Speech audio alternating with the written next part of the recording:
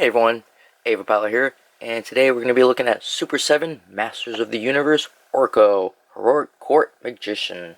And as you can see, he comes with a bunch of accessories here. He's got a little card in the back. Oh, what's that say? Make him race on the floor. That's pretty cool. Turn it around. Oh, look at all that nice stuff. First, we got a picture at the top. It says, "The magical antics of Orko cause many problems for Man-at-Arms." Which he does. Looks like Man-at-Arms has egg on his face. And there's some directions here. Attach the magic burst to his left hand, and push on smooth surfaces to race into action. Now it also shows a bunch of the other figures in the line. For heroic warriors, we have He-Man, the most powerful man in the universe. Orko, heroic court magician. Prince Adam, heroic secret identity of He-Man. Teela, heroic captain of the Royal Guard. Man-at-Arms, heroic master of weapons, and She-Ra, the most powerful woman in the universe. Alright, and for evil warriors, we have Skeletor, evil lord of destruction, Merman, ocean warlord, Beastman, savage henchman, and Trapjaw, evil and armed for combat. Then we also have, for the evil horde, Hordak, ruthless leader of the evil horde.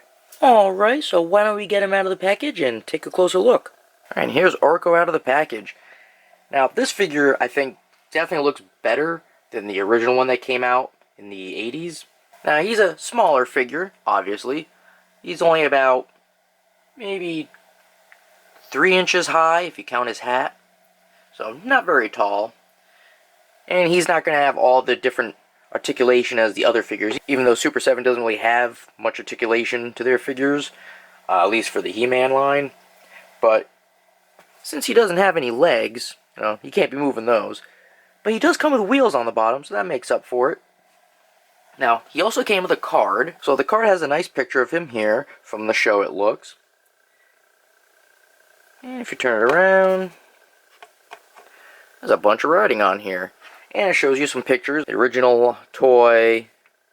I do believe that's how he looked in the comic, and that's him in the show. So let's see what the card says. From toy to tune, He-Man and the Masters of the Universe brought action and adventure into living rooms around the world, and the fun continued with exciting Masters of the Universe action figures. In order to deliver the cartoon series on time, the toy designs were simplified for animation, so that the figures did not always match the characters children saw on TV, until now. Designed specifically for the cartoon, Orko was originally called Gorpo, and was proportionally smaller than his final design. When the writers decided that Orko was a more amusing name, the O was added to his chest. With the success of the cartoon, an action figure was subsequently made of the character. Alright, so why don't we talk about his color first. He's got his nice red hat, he's got the blue skin, he's got the black skin underneath. Well, not skin, but it's all shadowed. Yellow eyes, he's got this purplish scarf, and then a kind of a like a maroon color for his body.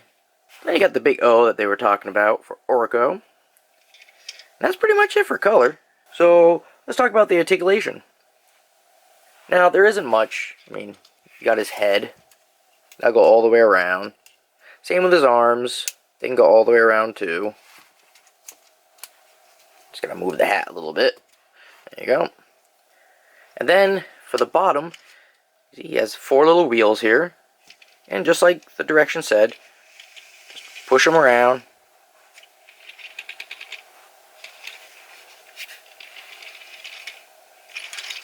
And the wheels are easy to move. They're not getting stuck or anything. Well, they do make a little bit of a noise, a bit of a squeak. It did come with some accessories. He's got that little magic blast they were talking about, and it has a shape of his handprint right here. You just pop it right on.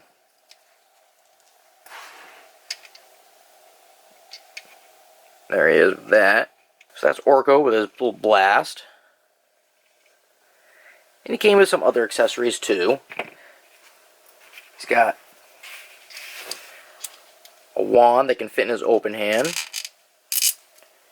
And it's pretty easy to get in. You're not going to be fighting it or anything to get it in there. One wand, Then he has another wand.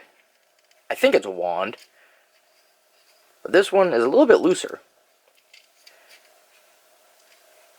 So, it doesn't really stay in.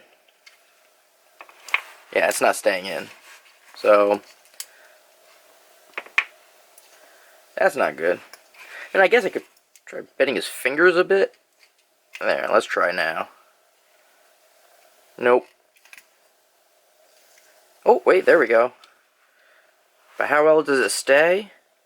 Not really. Not good at all. And the last thing it came with was a little black flower. I think this is from the show. I don't remember, but let's see if this will fit in his hand. I mean, it'll fit, but will it stay? It kind of does if you're careful, but look at that. Comes right out. So really, the only thing that fits really good is this wand. So he didn't come with much, just 2 wands, a flower, and then the magical blast. Which, I don't know, it just seems kind of too big for him. It's like his size. It's exactly his size. So, I think it's a little too big. They should have probably did it maybe... Would have made more sense if they had it only about this. And besides things not wanting to fit in his hand too well, the other problem I have with this guy is the paint job. I see a lot of areas where the colors have bled through to the other. Like if you look at his hand, you can see the blue coming onto the sleeve. Look around the ears, it's getting onto the hat in places. And even if you look on this ear, looks like some of the red paint from the hat came off onto the ear. But I mean, it's okay for what it is. Alright, so that's just been my review on Super7's Masters of the Universe Orko. And you know, if you have any comments or questions, feel free to leave them down below.